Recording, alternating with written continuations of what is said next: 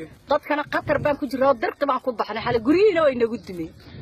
19 bishan shanaad ee 2018 waxa duufaan loogu magac daray sagar ay ku dhufatay deegaanada kala duwan ee xeebaha Jamhuuriyadda Soomaaliland taasi oo saameyn ba'an kaga tagtay guud ahaanba deegaanada xeebaha Soomaaliland ayaa waxay duufaantaasi la magac baxday sagar ay dhibaatadii ugu baaxadda ballaarneyd ka geysatay deegaanada xeebaha gobolada Awdal iyo Salal gaar ahaan degmada Lughaye iyo Baki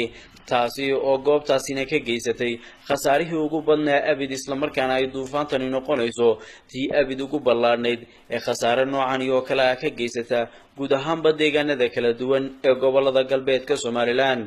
duufaanadani awgeed ayaa waxa uu geeriyooday boqolaal qof halka kumanaan kale oo xoolo ah ay iyaguna laftirkoodu halkaasi ugu geeriyoodeen halka duufaantani ay guud ahaanba dhulka ku sintay wixii hoy ay deganayeen bulshada kala duwan ee ku dhaqan deegaanada gargaara bari Lughaye iyo sidoo kale deegaano kale oo ku xeeran deegaanadaasi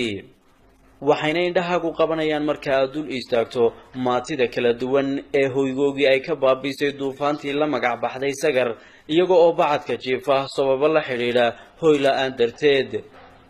waxayna bulshada kala duwan ee danyarta ah ee ku dhaqan deegaanadaasi la bayhoofayaan hoy la'aan cunno la'aan cabil la'aan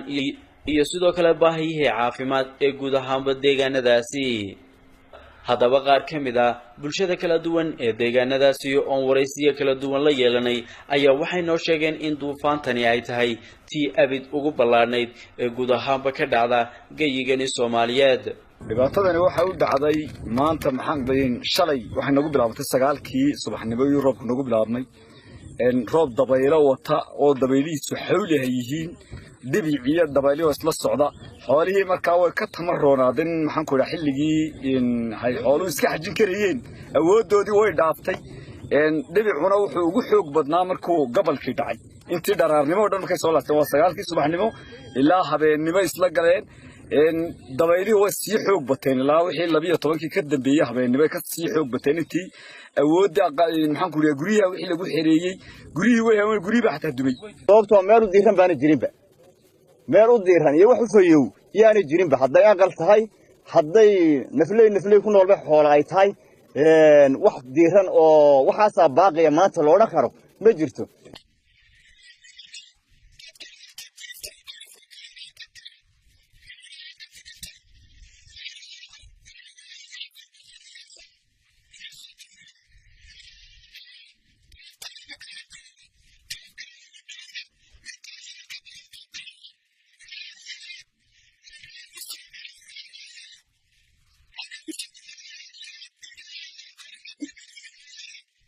dadkana qatar baan ku jiraa darta baan ku baxnay xal guriina way nagu dumay geeli ma bahaynaba imaka halkaan joogno iyo inta ka dhaxaysa farda lagu xid waxa la sheegayaa 3 iyo 50 halaad inay ku dhinteen cid ma naqaano cid nooma timaado dad baadiyo waxaana halka qarida ilaa jooga beer way tageen xoolo nool nimba inta haysiina way tageen waxaan ka codsanaynaa inay nala soo gaaraan waxa ugu horeeya daruuri ee guriga dabeesha iyo duufaanka baa dumiyay alista وكاسنا هذا اللي هي وكأنا ذاك نقول هاي لكن حلقة ما كوا يكون جرا إذا سيمر دون تايا كوبي طبعا نف يكون جرت تاتكم بقى